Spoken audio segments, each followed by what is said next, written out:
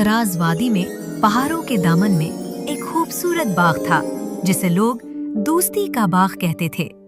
इस बाग में हर रंग और हर खुशबू के फूल खिलते थे।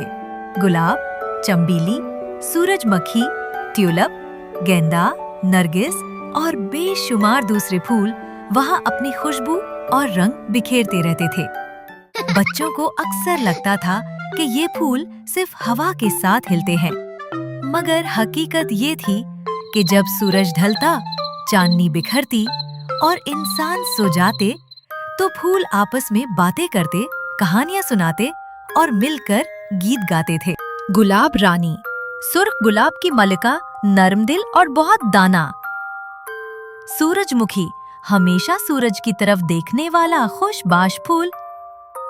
चंबेली, नाजुक और खुशबूदार, सबकी हमदर्द। कवोल, जो तालाब में रहता मगर दिल से सबसे जुड़ा हुआ।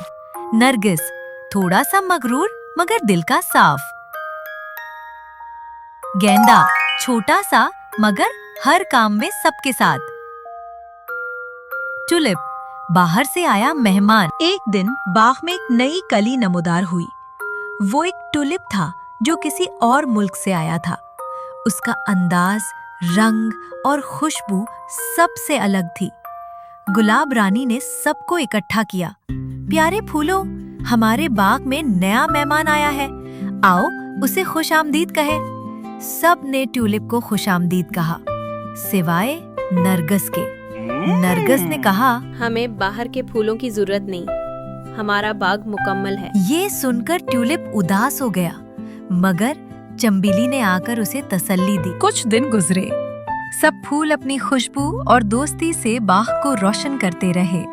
हर शाम को वो खेलते, गाते, कहानियां सुनाते।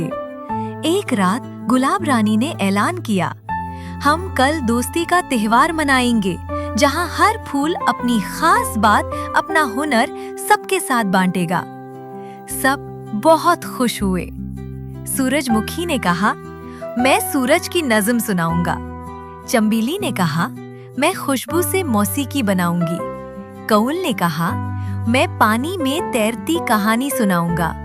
ट्यूलिप ने आहिस्ता से कहा, मैं अपने मुल्क की एक नज़्म पेश करूंगा, अगर इजाजत हो।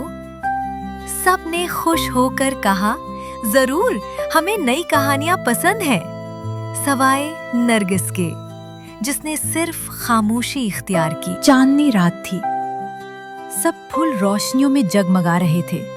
हर फूल ने अपना हुनर दिखाया, सबकी तालियां बज रही थीं। जब ट्यूलिप ने अपनी नज़्म सुनाई तो पूरी वादी खामोश हो गई। नज़्म में दोस्ती, उम्मीद और मोहब्बत की ऐसी खुशबू थी कि सबकी आंखें नम हो गईं। नरगिस का दिल भी नर्म हो गया। वो आगे बढ़ा और बोला, ट्यूलिप, मैंने तुम्हें पहचानने में देर कर दी। तुम वाकई खूबसूरत हो, सिर्फ बाहर से नहीं, अंदर से भी। क्या तुम मुझे दोस्त बनाओगे?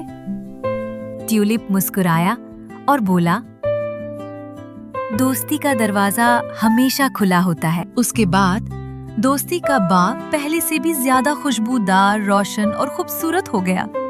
अब वहाँ कोई बाहर वाला या अंदर वाला नहीं रहा। सब फूल एक दूसरे के रंग, खुशबू और बातों से मोहब्बत करने लगे। और आज भी जब बच्चे इस बाग में जाते हैं, वो कहते हैं, ये फूलों का बाग नहीं, ये दोस्ती का ख्वाब है। अखलाकी सबक, दोस्ती रंग, शक्ल, जबान की मोहताज नहीं। जब दिल साफ हो तो सब दिल एक साथ धड़कते हैं।